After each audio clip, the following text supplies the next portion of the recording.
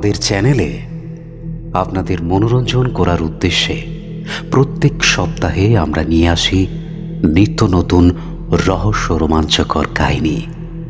আপনাদের ভালো লাগার কথা মাথায় রেখে লেখক গল্পে নানান রকম প্লট তৈরি করার জন্যে কল্পনার আশ্রয় নিয়ে থাকেন, যা কোনো রকম কুসংস্কার বা অযৌক্তিক ভিত্তিকে মান্যতা দেয় না। আমাদের গল্প কেমন লাগলো অবশ্যই কমেন্ট করে জানাবেন। ভালো লাগলে লাইক, শেয়ার এবং সাবস্ক্রাইব করে আমাদের পাশে থাকবেন। আজকের গল্পে অভিনয় করেছেন দেবব্রত, তন্ময়, ভূমিকা। অন্যান্য চরিত্র এবং গল্প পাঠে আমি সাহেব। চলুন তাহলে শুরু করি বর্তমান প্রজন্মের সুনামধন্য লেখক শ্রীকান্ত শর্মার কলমে এক তরুণ বাঙালির অসামান্য বুদ্ধিমত্তার রোমাঞ্চকর রোমহর্ষক গল্প গোয়েন্দা শঙ্কর ও অজ্ঞাত পাপ।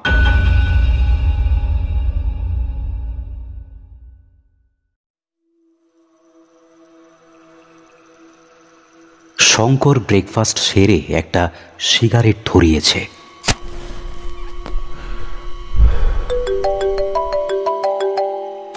আর ফোনটা সেই সময় বেঁচে উঠল।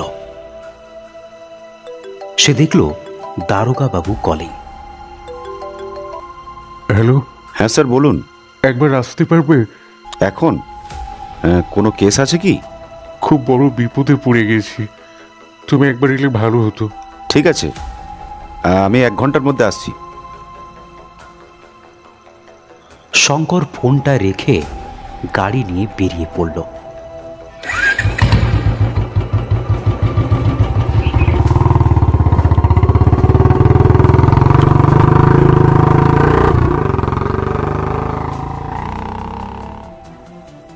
দারোগাবাবু খুব চিন্তায় পড়ে গেছেন। দুদিন ধরে একটা কুকুর হঠাৎ করেই বাসন্তীকে অনুসরণ করছে। বাসন্তী ঘরের বাইরে বেরোলেই কুকুরটা কাছে চলে আসে আক্রমণ করার ভঙ্গিতে।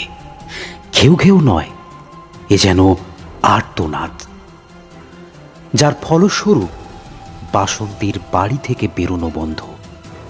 সে খুব ভয়ে ঘর থেকে একবার করে বাইরের দিকে তাকিয়ে দেখে কুকুরটি তার রুমের দিকে এক দৃষ্টিতে চেয়ে আছে।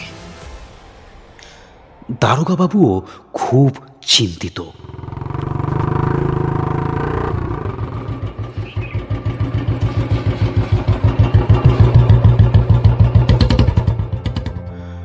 শঙ্কর পৌঁছালো দারোগাবাবুর ঘরে। বাসন্তীর সাথে শঙ্করের আগে কয়েকবার দেখা হয়েছে, কিন্তু কথা হয়নি কোনোদিন। কয়েক মাস আগে কমিশনারের বাড়িতে দারোগাবাবুর সাথে বাসন্তীও ছিল, কিন্তু কথা বলার অনুকূল পরিবেশ ছিল না। এখন শীত জাঁকিয়ে বসেছে, চারিদিকে শীতল বাতাস ছুরির মতো শরীরকে শান দিয়ে চলেছে সারাদিন। দারোগাবাবু কয়েকদিনের ছুটিতে গ্রামের বাড়িতে এসেছেন। শঙ্করকেও সেই লোকেশন পাঠিয়ে দিয়েছেন। শঙ্কর সেই লোকেশন অনুযায়ী দারোগাবাবুর বাড়িতে পৌঁছালো দুপুর বেলায়। গেটের বাইরে একটা কুকুর বসে আছে, আর রয়েছে কয়েকজন পুলিশ কনস্টেবল। শঙ্করকে দেখে দারোগাবাবু বললেন, এসো শঙ্কর, তোমার জন্যই অপেক্ষা করছিলাম। ও আচ্ছা, কিন্তু এবার বলুন তো কি বিপদ হয়েছে? আগে তুমি ফ্রেশ হয়ে নাও, তারপর সব বলছি। এসো, তোমার ঘরটা দেখিয়ে দিই। দারোগাবাবু শঙ্করকে দোতলার একটা ঘরে নিয়ে গেলেন। পাশের ঘরটা ভিতর থেকে লাগানো। ওই ঘরে বাসন্তী নিজেকে দুদিন ধরে বন্ধ করে রেখেছে। ঘরে প্রবেশ করেই দারোগাবাবু বললেন, আমি তোমার জন্য খাবার আনছি, তুমি ততক্ষণ ফ্রেশ হয়ে নাও। দারোগাবাবু নিচে নেমে গেলেন। স্নান সেরে শঙ্কর ঘরে ঢুকে দেখল দারোগাবাবুর স্ত্রী খাবার সাজিয়ে নিচে চলে গেলেন। মুখের মধ্যে গম্ভীর ভাব। শঙ্করও নিজে থেকে কিছু বলল না। খাবার খেয়ে শঙ্কর জানালার পাশে দাঁড়িয়ে কিছু চিন্তা করছিল। সেই সময় দারোগা বাবু দরজার সামনে এসে বললেন, আসবো শঙ্কর? শঙ্কর জানালা থেকে ফিরে একটু এগিয়ে এসে বলল, আসুন স্যার, বসুন।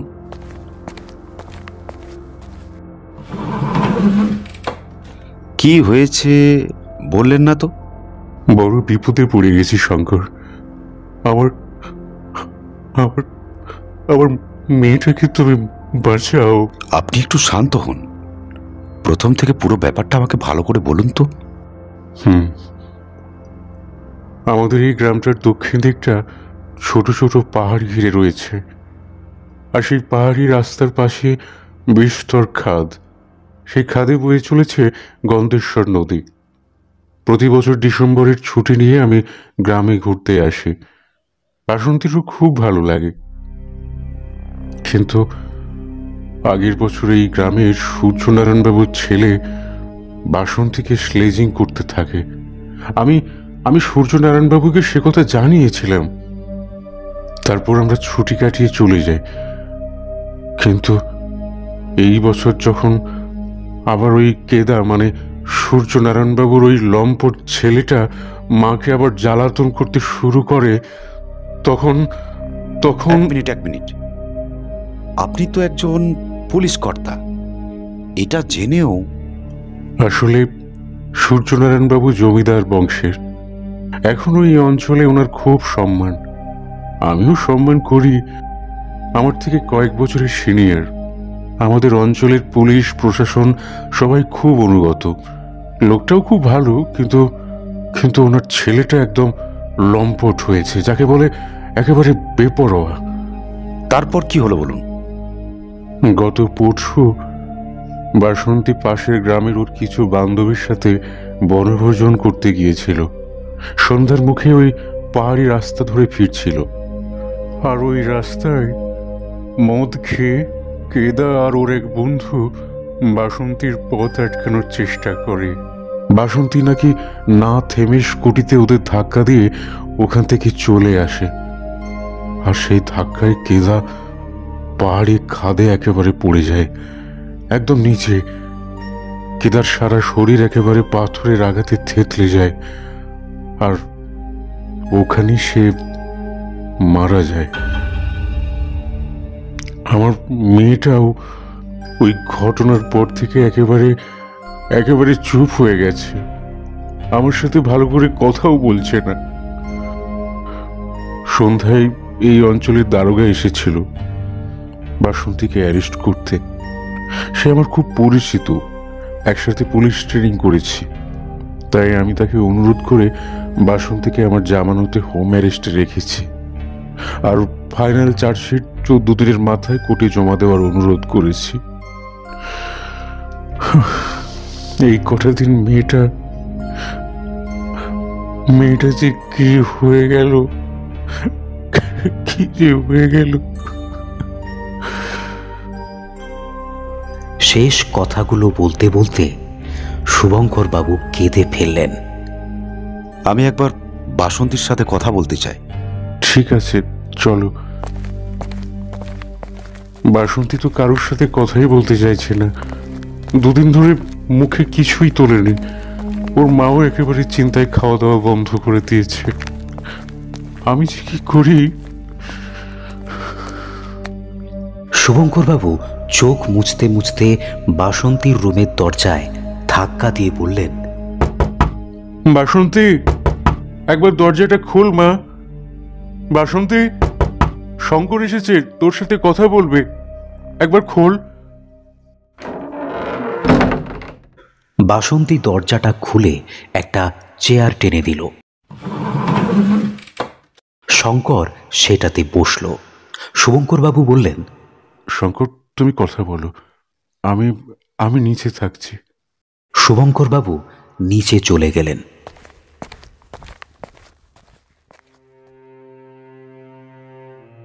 আপনি কিছু খাচ্ছেন না কেন? আপনি তো জেনে শুনে কিছু করেননি। যা হয়েছে তার জন্যে আমার কোনো অপরাধ বোধ নেই। জানি না কেন আমার মন অস্থির হয়ে রয়েছে। কেন অজান্তে হয়ে যাওয়া পাপ আমাকে শান্তি দিচ্ছে না, জানি না আমি। আপনি যেটা ভাবছেন সেটা কোনো পাপ নয়। আত্মরক্ষার জন্য আপনি কোর্টে নির্দোষ প্রমাণ হয়ে যাবেন। আমার অনুরোধ, এই অনশন আপনি করবেন না। আমি জানি আমি কিছুই করিনি। যা হয়েছে সেটা আমার ইচ্ছাকৃত নয়, তবুও ভিতর থেকে শান্তি পাচ্ছি না। সময়ের সাথে সাথে সবই ঠিক হয়ে যাবে, আপনি ধৈর্য রাখুন। আচ্ছা, সেদিন ঠিক কি হয়েছিল বলুন তো? আমি যখন পাহাড়ের রাস্তায় আমার স্কুটি নিয়ে বাড়ি ফিরছিলাম, তখন প্রায় সন্ধ্যা। রাস্তার মাঝখানে দুহাত বাড়িয়ে ওই ছেলেটা দাঁড়িয়েছিল। আমার খুব রাগ ধরে যায়। আমি স্পিড বাড়িয়ে দিই, তখন ও ভয় পেয়ে সরে যায়। তারপর হয়তো টাল সামলাতে না পেরে ওই খাদে পড়ে যায়। আপনার গাড়ির সাথে ওর ধাক্কা হয়নি? না। ওরা কজন ছিল? আমি লক্ষ্য করিনি। ভালো করে একটু ভেবে বলুন তো। আমি রাস্তা ছাড়া অন্যদিকে দেখিনি তখন। হয়তো 2-3 জন হবে। ঠিক আছে, আমি আসছি। আর আপনার জন্য কিছু খাবার পাঠাতে বলছি। না করবেন না, খেয়ে নেবেন। শঙ্কর রুম থেকে বেরিয়ে নিচে নেমে এলো। কিছুক্ষণ পর শুভঙ্করবাবু খাবার নিয়ে বাসন্তীর রুমে এলেন। হাতে এক গ্লাস জুস। বাসন্তী একটু খাবার খেয়ে জুসটা খেয়ে নিল।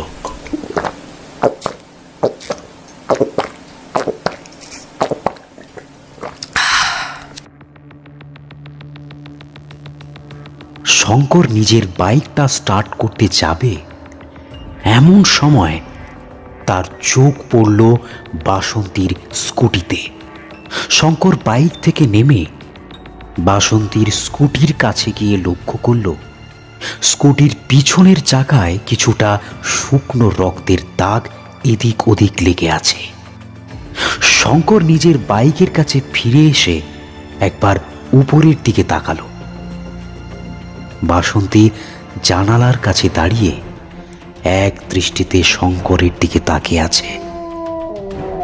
শঙ্কর গেটের বাইরে আর্তনাদ করা কুকুরটাকে পাশ কাটিয়ে বাইক নিয়ে বেরিয়ে গেল।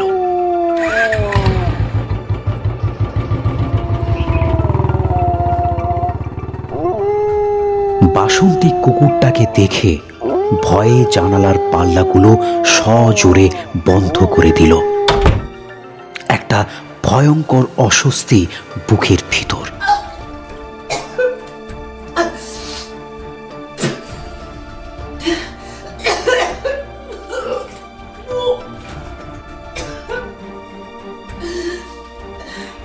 যেটুকু খাবার খেয়েছিল বাসন্তী, তা পুরোটাই বমি হয়ে বেরিয়ে গেল। শুভঙ্করবাবু কেমন যেন মুষড়ে গেছেন। গ্রামে তার যে সুনাম ছিল, কেদার মৃত্যুতে সমস্ত গ্রামবাসীর চোখে এখন তাচ্ছিল্য। সন্ধ্যের পরেও শঙ্কর ফিরল না। শুভঙ্করবাবু মেন গেটটা বন্ধ করলেন না, দরজাটাও ভেজিয়ে রাখলেন।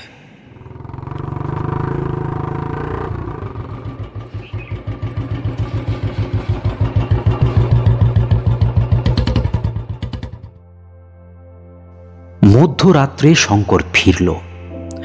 গাড়ির শব্দ শুভঙ্করবাবু শুনতে পেলেন, কিন্তু উঠলেন না। আজ সমস্ত পৃথিবীটা ওনার চোখে অন্ধকার। একটি মাত্র মেয়ে কারাগারে যাওয়ার জন্য দিন কাটাচ্ছে।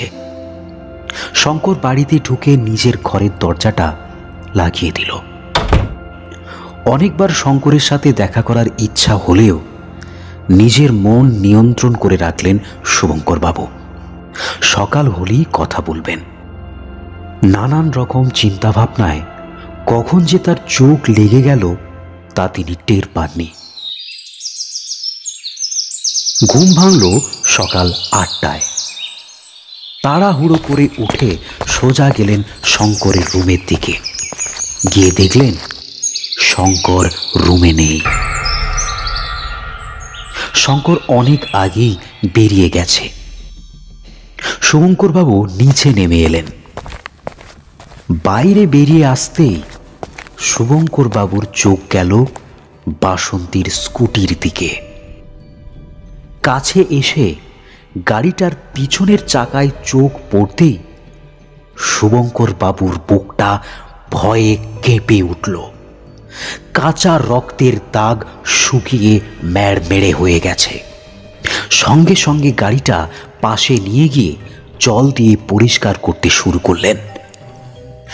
গাড়ি ধোয়ার আওয়াজ শুনতে পেয়ে বাসন্তী তার রুমের জানালা খুলল। জানালা খুলতেই তার চোখ পড়ল কুকুরটার উপর। সে দেখল গেটের বাইরে কুকুরটা তাকে লক্ষ্য করে আর্ত চিৎকার করছে। বাসন্তী তাড়াতাড়ি পাল্লাগুলো সজোরে বন্ধ করে দিল। অনেক রাত পর্যন্ত শঙ্করের জন্য অপেক্ষা করতে লাগলেন শুভঙ্করবাবু, কিন্তু শঙ্কর ফিরল না।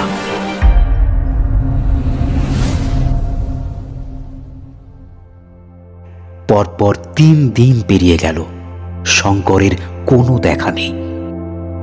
ফোনটাও সুইচ অফ। প্রথমটায় শুভঙ্করবাবুর মনে একটু আশার আলো জ্বলেছিল। ভোলা কামারের কেস সলভ করার সময় এমনভাবেই কয়েকদিন বেপাত্তা হয়ে গিয়েছিল শঙ্কর। তাহলে কি বাসন্তীকে বাঁচানোর কোনো উপায় পেয়েছে শঙ্কর? এই আশা বেশি দিন টিকল না। সেই রাত চলেই এলো, যে রাতের শেষে সকাল হলেই পুলিশ এসে বাসন্তীকে নিয়ে যাবে কোর্টে দাখিল করাতে। সারা রাত বাসন্তীর মা ঠাকুর ঘরে পড়ে রইল। বাসন্তীও দরজা খোলেনি। গেটের পাশে কুকুরটাও চিৎকার করতে করতে ক্লান্ত হয়ে চুপ করে গেছে। 11 দিন শঙ্করের কোনো খবর নেই। বারান্দায় বসে শুভঙ্করবাবু সামনের গেটটার দিকে তাকিয়ে আছেন কখন পুলিশ আসবে।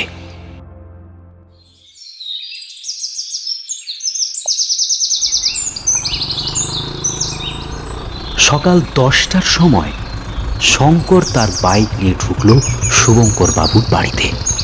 পিছনে পুলিশের গাড়িতে এলেন শুভঙ্করবাবুর সেই পরিচিত দারোগাবাবু। তিনি গাড়ির সামনে বসে আছেন, আর পিছনে 2জন মহিলা কনস্টেবল। একসাথে সবাই শুভঙ্করবাবুর বাড়িতে ঢুকলেন। শুভঙ্করবাবু শঙ্করের দিকে একবার তাকিয়ে দারোগাবাবুকে সোফাটা দেখিয়ে বললেন, বসুন দারোগাবাবু। দারোগাবাবু একজন মহিলা কনস্টেবলকে লক্ষ্য করে বললেন, যাও ওপরে বাসন্তী দেবীকে ডেকে নিয়ে এসো। একজন মহিলা কনস্টেবল উপরে উঠে গেলেন। দারোগাবাবু সোফায় বসে বললেন, বসুন শঙ্করবাবু। শুভঙ্করবাবু আপনিও বসুন। শঙ্কর বলল, না না, ঠিক আছে, আপনি আপনার কাজ করুন। শঙ্কর আর শুভঙ্করবাবু দাঁড়িয়ে রইলেন, চোখে মুখে এক চাপা উত্তেজনা। মহিলা কনস্টেবল বাসন্তীকে নিয়ে নিচে নেমে এলেন। দারোগাবাবু বললেন, আপনি এই জিনিয়াস ব্যক্তিটিকে কোথায় পেয়েছেন শুভঙ্করবাবু? আপনার মেয়ে নির্দোষ। কেদার মৃত্যুর সাথে আপনার মেয়ের কোনো সম্পর্ক নেই, আর সেটা শঙ্করবাবু প্রমাণ করে দিয়েছেন। সত্যি এই কেসটা যে ঘোলাটে জলের মতো ছিল সেটা ভাবতেই পারিনি। সোজা সিম্পল কেস ভেবেছিলাম, আর সূর্যনারায়ণবাবুর কথা ভেবে বেশি ডিটেলসে যেতেও পারিনি। সরি শুভঙ্করবাবু, আপনি হয়তো খুব অবাক হচ্ছেন। বাকি গল্পটা শঙ্করবাবুর কাছে শুনে নেবেন, উনি আমার থেকে ভালো বলতে পারবেন। শুভঙ্করবাবু ধপ করে সোফায় বসে পড়লেন। বাসন্তী এক দৃষ্টিতে তাকিয়ে আছে শঙ্করের দিকে। দারোগাবাবু উঠে দাঁড়িয়ে আর একজন মহিলা কনস্টেবলের হাত থেকে একটা খাতা নিয়ে বাসন্তী আর শুভঙ্করবাবুকে সই করিয়ে নিলেন। তারপর শঙ্করের কাঁধে হাত রেখে বললেন, ওয়েল ডান শঙ্করবাবু, আপনার সাহস আর বুদ্ধিমত্তার প্রশংসা না করে থাকতেই পারছি না। এই কেসটা নিয়ে ঘাটার আমাদের এত সাহস হতো না। আর সূর্যনারায়ণ বাবু যে এত বড় একটা নোংরা খেলা খেলছিলেন, আপনি না থাকলে আমরা হয়তো কোনোদিন জানতেই পারতাম না। একটা নিষ্পাপ মেয়েকে আপনি আজ শাস্তির হাত থেকে বাঁচিয়ে দিলেন। আপনার সাথে পরিচয় হয়ে খুব ভালো লাগলো। পুলিশ আর ডিটেকটিভের মধ্যে যে একটা বড় পার্থক্য আছে তা আপনি আবার প্রমাণ করে দিলেন। চলি শুভঙ্করবাবু, এই শঙ্করবাবু আপনার সম্মানে দাগ লাগতে দিলেন না। আপনি ওনার কাছে আজ থেকে চির ঋণী হয়ে গেলেন। আমার কাজ শেষ, আমি চলি। ঘটনাটা আপনি বরং শঙ্করবাবুর মুখেই শুনে নেবেন। দারোগাবাবু সবাইকে নিয়ে গাড়ি করে বেরিয়ে গেলেন। শুভঙ্করবাবু বললেন, কি হলো কিছু তো বুঝলাম না শঙ্কর, একটু খুলে বলো না আমায়। আমি আর অপেক্ষা করতে পারছি না। বাসন্তীর মা এতক্ষণ নিশ্চল পাথরের মতো দাঁড়িয়েছিল। পুলিশ চলে যেতে সে এক কাপ চা নিয়ে এসে শঙ্করকে দিল। বাসন্তী শুভঙ্করবাবুর পাশে এসে দাঁড়ালো। শঙ্কর চায়ের কাপে চুমুক দিয়ে কাপটা নামিয়ে বলতে শুরু করলো, যে খুনের দায় বাসন্তীর ওপর চাপানো হয়েছিল, আসলে সেই কেদারনাথ অর্থাৎ কেদা খুনই হয়নি, সে বেঁচে আছে। কি বলছো কি শঙ্কর? কেদা মরেনি? না, যেদিন বাসন্তী ওই রাস্তা দিয়ে আসছিল সেদিন ওই রাস্তায় কেদার সাথে একজন নয়, দুজন ছিল, দয়া আর ভিকি। বাসন্তী যখন জোরে গাড়ি চালিয়ে কেদাকে পাশ কাটিয়ে চলে আসে, তখন কেদা নেশার্ত অবস্থায় বাসন্তীর পিছনে তাড়া করার জন্য বাইক স্টার্ট করতে গেলে দয়া ওকে আটকাতে চায়। আর তাতেই কেদা এবং দয়ার মধ্যে মারামারি শুরু হয়। আর সেই সময় কেদা দয়াকে ধাক্কা দেয়। দয়া রাস্তা থেকে খাদে পড়ে যায়। কোনো উপায় না পেয়ে ভিকি তখন কেদাকে নিয়ে ওই খাদে নামে। দয়ার শরীর পাথরের আঘাতে তখন থেতলে গিয়েছিল। ভিকি তখন কেদার পোশাক খুলে পাথর দিয়ে আঘাত করে করে ছিঁড়ে তা দয়ার মৃতদেহে পরিয়ে দেয়। আর সবটা যখন সূর্যনারায়ণবাবু জানতে পারেন, তখন দয়ার মৃত্যুটাকে চাপা দিয়ে সেটাকে কেদার মৃত্যু বলে চালিয়ে দেওয়ার জন্য দয়ার পরিবারকে টাকা দেয় এবং ভয় দেখিয়ে চুপ থাকতে বাধ্য করে এবং পুলিশকে কিনে নিয়ে নিজের মতো করে তদন্ত করায়। এইসবের আগেই নিজের ছেলেকে রানীগঞ্জে পাঠিয়ে দেন আর ভিকিকে সাক্ষী করে বাসন্তীর ওপর কেদার খুনের দায় চাপিয়ে দেন। আমি প্রথম দিন যখন কেদার খোঁজ নিই, তখন ওর দুই বন্ধুর কথা আমি জানতে পারি। প্রথমে দয়ার বাড়ি গিয়ে জেরা করে দয়ার মায়ের মুখ থেকে দয়ার মৃত্যুর কথা জানতে পারি। আর তারপর ভিকিকে ভয় খাইয়ে কেদার লুকোনো আস্তানার খোঁজ পাই। এরপর আমি কলকাতায় কমিশনার সাহেবকে ফোন করে ওনার সাহায্যে পুলিশ নিয়ে রানীগঞ্জ থেকে কেদাকে অ্যারেস্ট করে আপনাদের এই লোকাল থানায় নিয়ে আসি। কেদাকে ওরা অ্যারেস্ট করতে বাধ্য হয় আর বাসন্তী নির্দোষ প্রমাণিত হয়। তোমাকে যে কি বলে ধন্যবাদ জানাবো আমি ভাষা খুঁজে পাচ্ছি না।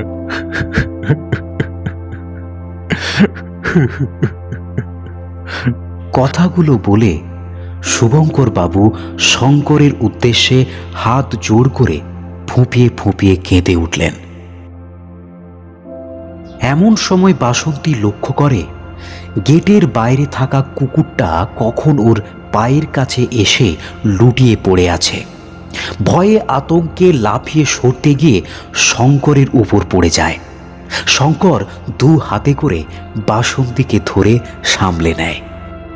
শুভঙ্করবাবু রেগে উত্তেজিত হয়ে নিজের রুম থেকে রিভলভারটা বার করে কুকুরটাকে গুলি করতে গেলে শঙ্কর বলে ওঠে, প্লিজ স্যার, ওকে মারবেন না। আপনি একটু শান্ত হন আর দয়া করে বন্দুকটা নামান। শুভঙ্কর বাবু বন্দুকটা নামিয়ে নেন। আপনি আপনার জিপের চাবিটা দিন তো, আমি এক্ষুনি আসছি।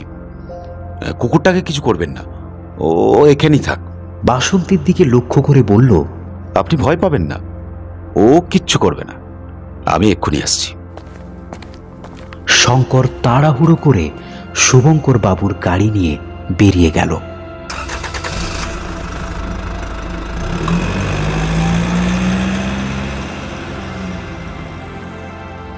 কুকুরটা আবার বুকে ভর দিয়ে বাসন্তীর পায়ের কাছে চলে আসে। বাসন্তী পাগুলো সোফায় তুলে নেয়। এই প্রথম বাসন্তী কুকুরটাকে এত কাছ থেকে দেখল, যেন কিছু বলতে চাইছে। কুকুরটার দু চোখের পাশে জল গড়িয়ে গড়িয়ে কালো দাগ পড়ে গেছে। বাসন্তীর কেমন যেন মায়া হলো কুকুরটাকে। ইচ্ছে হলো ওর মাথায় হাত বুলিয়ে দিতে, কিন্তু সাহস হলো না। বাইরে গাড়ির শব্দ পেল বাসন্তী। শঙ্কর এসেছে বুঝল। শুভঙ্কর বাবু সোফাতে তখন বসে আছেন। শঙ্কর কোলে করে একটা ছোট্ট কুকুর বাচ্চাকে নিয়ে ঘরে প্রবেশ করল। সোফার কাছে বসে থাকা কুকুরটা মুখ তুলে শঙ্করের দিকে তাকাতেই শঙ্কর বাচ্চাটাকে ওই কুকুরটার সামনে নামিয়ে দিল। সঙ্গে সঙ্গে ওই কুকুরটা ছোট্ট কুকুর বাচ্চাটাকে মুখে করে তুলে ঘর থেকে বেরিয়ে গেল। শুভঙ্কর বাবু আশ্চর্য হয়ে জিজ্ঞেস করলেন, কি হলো শঙ্কর? ব্যাপারটা তো আমি কিছুই বুঝতে পারলাম না। বলছি। বাসন্তীর পাশে সোফাটায় বসে শঙ্কর বলল, বাসন্তী তার অজান্তেই একটা পাপ করেছে, অজ্ঞাত পাপ। যেদিন বাসন্তী কেদাকে পাশ কাটিয়ে সজোরে বাইক নিয়ে বাড়ি ফিরছিল, সেদিনই আপনাদের গ্রামের মাথায় একজন তার খড়ের গাদা রাস্তায় মেলে রেখেছিল, আর সেই খড়ের গাদায় শুয়েছিল এই কুকুরটির দুটি সদ্যজাত সন্তান। খড়ের রঙের সাথে ওই কুকুর শাবকগুলোর রং মিশে গিয়েছিল। রাগে ক্ষোভে আসতে থাকা বাসন্তী বুঝতে না পেরে ওই খড়ের গাদার ওপর গাড়ি চালিয়ে চলে আসে, আর বাসন্তীর চাকায় পিষে যায় একটি কুকুর শাবক, আর অন্যটি ভয়ে আতঙ্কে দিকবিদিক জ্ঞানশূন্য হয়ে ছুটে পালায়। ওর মা তখন থাকেনি, পরে এসে একটি